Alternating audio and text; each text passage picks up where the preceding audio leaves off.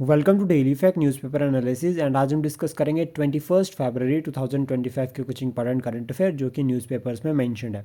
हमारा टारगेट रहेगा कि हम प्रीलिम्स और मेंस दोनों के लिए जो है वो करंट अफेयर एक साथ पढ़ेंगे, यानी कि हम जो है वो एक इंटीग्रेटेड अप्रोच को लेकर चल रहे हैं जिसमें जो है वो हम क्विक रिवीजन के अंडर जो है वो इंपॉर्टेंट करंट्स को जो है वो डिस्कस करेंगे। और जितने भी करंट अफेयर लाइक न्यूज़पेपर्स में the Hindu, Indian Express as well as government sites, PIB and All India Radio में मेंशन्ड है, उन सभी को हम जो है वो कवर कर रहे हैं। प्लस साथ में मैं आपको बताना चाहूँगा कि हम एक न्यू सीरीज शुरू करने जा रहे हैं regarding the HP police exam, जिसमें जो है वो जनरल अवेयरनेस के रिगार्डिंग हमारी क्लासेस रहेगी। इसमें क्लासेस लाइव और रिकॉर्डेड दोनों रहेगी। तो अगर आप हमारे साथ जुड़ना चाहते हैं तो आप हमें कांटेक्ट कर सकते हैं ऑन टेलीग्राम। प्लस चेक कर सकते हैं करंट अफेयर की सीरीज़ जो हमने शुरू की है, जिसमें हम पूरे 1 ईयर के करंट अफेयर को डिस्कस कर रहे हैं। प्लस साथ में हमारी डेली की जो है वो वीडियोज़ रहती है 15 to 20 मिनट्स की, जिसमें जो है वो हम इम्पॉर्टेंट करंट को जो है वो डिस्कस कर रहे हैं। तो शुरुआत करते हैं आज की इस वीडियो को और डिस्कस करते हैं कुछ इंपॉर्टेंट करंट अफेयर प्रीलिम्स और मेंस दोनों के लिए। तो सबसे पहले हम बात करेंगे सेंट्रल पोल्यूशन कंट्रोल बोर्ड के बारे में। अगर हम बात करें सेंट्रल पोल्यूशन कंट्रोल बोर्ड यानी कि सीपीसीबी करके भी पूछा जा सकता है कि सीपीसीबी स्टैंड्स फॉर, तो सेंट्रल पोल्यूशन कंट्रोल बोर्ड, इसको बनाया गया है 1974 में। और सॉरी, जो ये बोर्ड है ये एक स्टेटरी बोर्ड है और इसको बनाया गया है वाटर एक्ट 1974 के अंडर। तो याद रखना कि जो सेंट्रल पोल्यूशन कंट्रोल बोर्ड है वो किसके अंदर बना है, वाटर एक्ट 1974। ये जो वाटर एक्ट है मैच द फॉलोइंग में क्वेश्चन बन रखा है और किस तरह से बना है वो भी हम अभी डिस्कस करते हैं।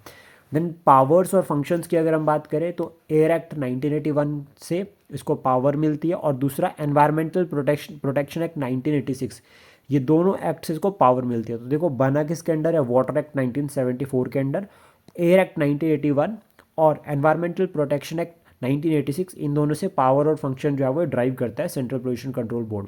अब एक की पॉइंट आपको याद रखना है कि हमारे यहाँ पर भारत में जो है वो एक वाइल्ड लाइफ प्रोटेक्शन एक्ट 1972 है, जो कि रिस्पॉन्सिबल है मैक्सिमम ऑफ द ऑर्गेनाइजेशंस जो बनी है एनवायरनमेंट से रिलेटेड, इकोलॉजी से रिलेटेड, वो जो है वो आपका वाइल्ड लाइफ प्रोटेक्शन एक्ट 1972 के अंडर बनी है। लेकिन जो सेंट्रल पोल्यूशन कंट्रोल बोर्ड है ये बना है 1974 का वाटर एक्ट इसके अंडर। ये बहुत ज़्यादा इंपॉर्टेंट है। देन जो ये बोर्ड है इसका जो मेन काम है गवर्नमेंट को एडवाइस करना on the matter related to the control and abatement of air and water pollution, यानी कि एयर और वाटर पोल्यूशन को एड्रेस करने के लिए सरकार को जो है वो रिकमेंडेशन देते हैं। इसका हेड ऑफिस जो है वो न्यू दिल्ली में है और रिसेंटली ये न्यूज़ में भी इसी वजह से है क्योंकि जो ग्राउंड वाटर की अगर हम बात करें तो माइक्रो प्लास्टिक जो है वो ग्राउंड वाटर में जो है वो मिला है एज़ पर द एनजीटी। और देन उसके बाद सेंट्रल पोल्यूशन कंट्रोल बोर्ड ने जो है वो उसको जो है वो डिफ़र किया। उन्होंने बताया कि ये बिल्कुल जो है वो एक तरह से जो है वो मतलब एक ट्रू फैक्ट है कि जो ग्राउंड वाटर है उसमें जो है वो माइक्रो प्लास्टिक के जो है वो पार्टिकल्स जो है वो देखने को मिले हैं। जो की टॉपिक्स लिंक करते हैं सेंट्रल पोल्यूशन कंट्रोल बोर्ड के साथ या फिर जो अभी रिसेंटली न्यूज़ में है, तो सबसे पहले तो एक हो गया एनजीटी की अगर हम बात करें तो नेशनल ग्रीन ट्रिब्यूनल, जो कि एनवायरनमेंट से रिलेटेड केसेस को देखता है। एनजीटी को कब बनाया गया है, कौन से ईयर में एनजीटी बना है, ये आप कमेंट बॉक्स में बता सकते हैं। ये क्वासी जुडिशियल जो है वो बॉडी है। देन उसके बाद दिल्ली एयर पोल्यूशन बहुत न्यूज़ में था, स्टबल बर्निंग को लेकर काफ़ी ज़्यादा न्यूज़ में रह रहा है। देन उसका गंगा यमुना का जो वाटर है वो पोल्यूटेड वाटर है, ऐसा जो है वो एनजीटी ने कहा। इवन अगर हम बात करें इसमें माइक्रो प्लास्टिक भी जो है वो देखने को मिला है। प्लस साथ में जो ग्राउंड वाटर है दिल्ली का वो भी जो है वो काफ़ी न्यूज़ में है, वहाँ पर भी जो है वो माइक्रो प्लास्टिक देखने को मिला है। तो ये टॉपिक जो है वो बहुत इंपॉर्टेंट रहेंगे। हम एनवायरनमेंट के पॉइंट ऑफ व्यू से जो है वो इसको इंक्लूड कर सकते हैं मेंस में आंसर राइटिंग में। तो मेंस के लिए हमें कंटेंट जो है यहाँ से मिल गया। देन उसके बाद नेक्स्ट है न्यूक्लियर फिजन। न्यूक्लियर फिजन की अगर हम बात करें, जब दो न्यूक्लियाई कंबाइन करते हैं, फ्यूज़न की हम बात कर रहे हैं, ध्यान रखना FUSION, फ्यूज़न की जब हम बात कर रहे हैं तो यहाँ पे क्या होता है कि दो न्यूक्लियाई क्या करते हैं, कंबाइन कर रही है और फॉर्म कर रही है हैवियर वन। क्या कर रही है, दो न्यूक्लियाई जो वो कंबाइन हो रही है, जैसे मान लीजिए एक न्यूक्लियाई ये हो गया, एक न्यूक्लियाई ये हो गया, तो ये दोनों क्या करता है, कंबाइन करके एक बड़ा न्यूक्लियाई जो बना रहे हैं, तो उसको कहा जाता है nuclear fusion.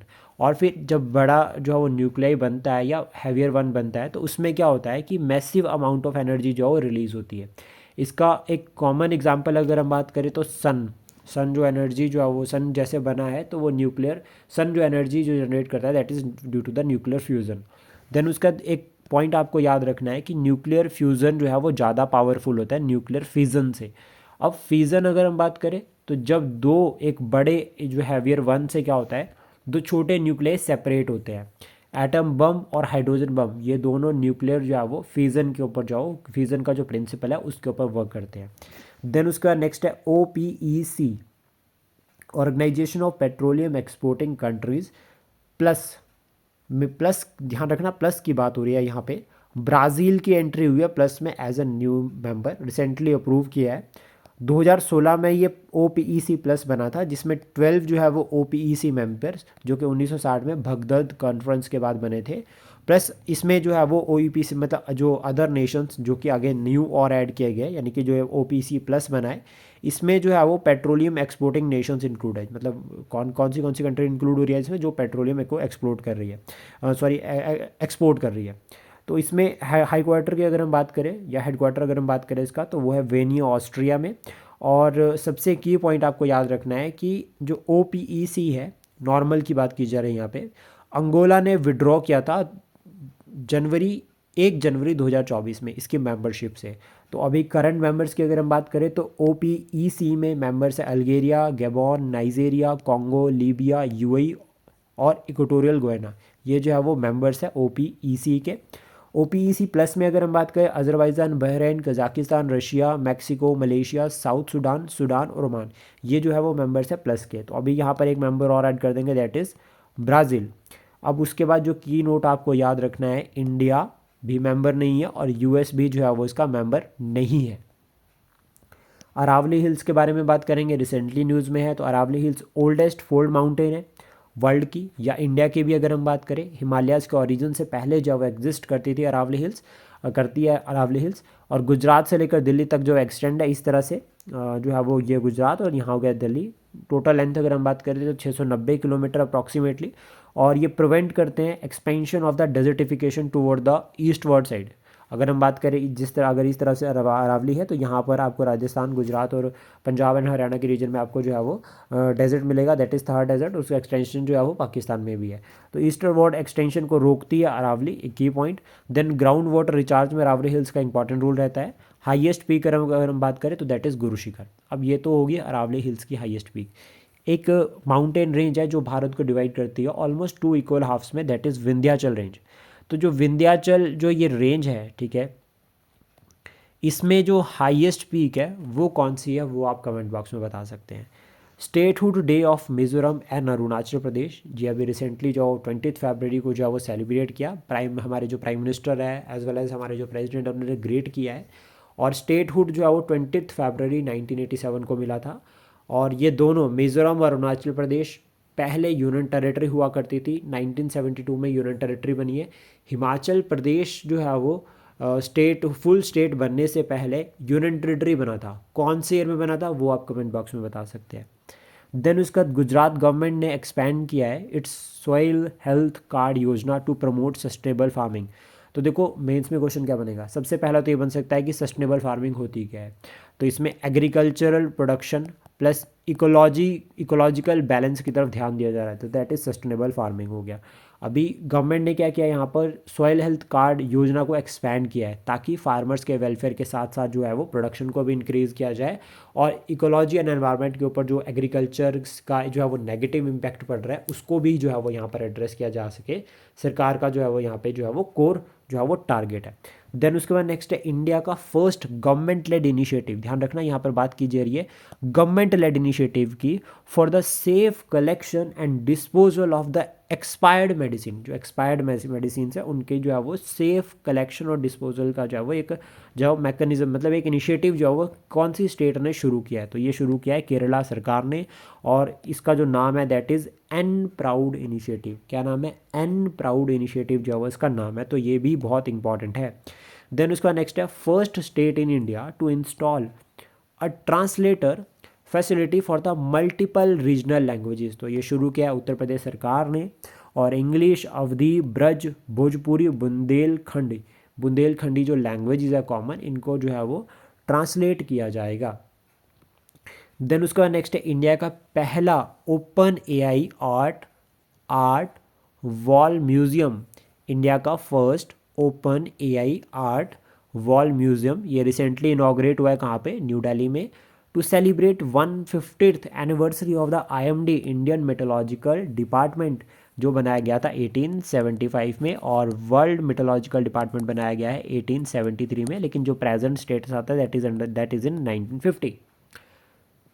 National commission for scheduled tribes, जो हमारी नेक्स्ट न्यूज़ रहेगी, ठीक है। National commission for scheduled tribe, अभी अगर हम बात करें तो 22nd फाउंडेशन डे जो है वो रिसेंटली सेलिब्रेट किया। इसको बनाया गया है 2003 में अंडर कॉन्स्टिट्यूशनल अमेंडमेंट 89th, जो कॉन्स्टिट्यूशनल अमेंडमेंट एक्ट 89 हुआ था उसके अंडर 2003 में बनाया गया था। और एक आर्टिकल ऐड किया गया है 338A, दैट मीन्स ये क्या है, एक संवैधानिक बॉडी है जो कि क्वासी जुडिशियल इन नेचर है। 89th अमेंडमेंट हुई थी, 338 में फिर जो है वो अमेंडमेंट करके एक पार्ट को जो है वो ऐड किया गया था। और पहले नेशनल कमीशन फॉर SC एक ही हुआ करता था, देन ST को जो है वो सेपरेट कर दिया।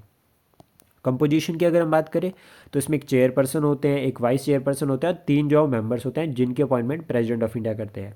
प्लस इनका जो मेन ऑब्जेक्टिव रहता है या मेन विज़न रहता है वो प्रमोट करना है इंटरेस्ट और सेफ गार्ड करना है इंटरेस्ट को, स्पेशली किसके, जितने भी जो हमारे शेड्यूल्ड ट्राइब्स है।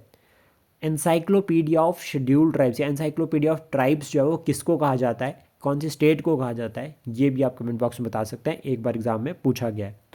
देन उसका next article 142, article 142, supreme court के पास स्पेशल पावर होती है इस आर्टिकल के under to ensure complete justice, यानी कि आर्टिकल 142 जो है वो सुप्रीम कोर्ट को एम्पावर कर रहा है कि वो कंप्लीट जस्टिस को इंश्योर कर सकते हैं।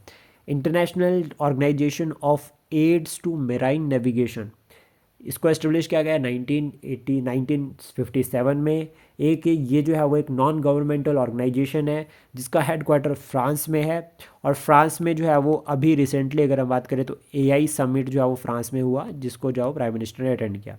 अभी ये जो ऑर्गेनाइजेशन है ये न्यूज़ में इसलिए है क्योंकि इंडिया जो है वो इसका वाइस चेयरपर्सन जो है वो बन गया है। तो यानी कि India elected as vice chairperson to the international organization of aids to marine navigation. Then उसके बाद लेक कीवू न्यूज़ में है। ये लेक जो है वो रवांडा और डेमोक्रेटिक रिपब्लिक ऑफ कॉन्गो के बीच में है। और ये जो है वो कहा जाता है कि ये कहाँ पर लाई करती है, एल्बर्टाइन रिफ्ट में। और जो एल्बर्टाइन रिफ्ट है ये वाला जो रीजन है ये सिज्मिकली एक्टिव रीजन है यहाँ के, यानी कि यहाँ पर अर्थ क्यूब के चांसेस जो है वो काफ़ी ज़्यादा जो है वो रहते हैं। अर्थ क्यू का जो मैग्नीट्यूड होता है वो कौन से स्केल पर मेज़र किया जाता है, ये अभी न्यूज़ में था, आप कमेंट बॉक्स में इसका नाम बता सकते हैं। वेरी वेरी इंपॉर्टेंट, क्योंकि दिल्ली में अभी जब जो है वो दिल्ली में अगर बात करें अर्थ क्यू का आया था तो उसके रिगार्डिंग फिर न्यूज़ में था। उसके बाद एट द एंड कुछ क्वेश्चंस रहेंगे, ये क्वेश्चंस काफ़ी इंपॉर्टेंट रहेंगे और ऑलरेडी हम इसको क्लास में डिस्कस कर चुके हैं। तो ये एक तरह से जो है वो एट द एंड कुछ क्वेश्चंस जो है वो प्रैक्टिस के लिए रहेंगे, तो इनके आंसर आप कमेंट बॉक्स में कर सकते हैं। नेशनल गर्ल चाइल्ड डे कब ऑब्जर्व किया जाता है, 26th chief election commission of India कौन बने हैं, first election commission of India कौन थे, नेशनल वोटर्स डे कब होता है, और फादर ऑफ इंडियन इकोनॉमी किसे कहा जाता है। तो ये 5 क्वेश्चंस है, इनके आंसर आप कमेंट बॉक्स में कर सकते हैं। प्लस जितने भी क्वेश्चंस हमने पहले क्लास में जब हम वीडियो डिस्कस कर रहे थे तब हमने जो वीडियो में जो हमने डिस्कस किया है वो भी आप कमेंट बॉक्स में बता सकते हैं। Thank you, please support share and subscribe daily fact. जल्दी मिलता है कुछ इंपॉर्टेंट करंट अफेयर के साथ।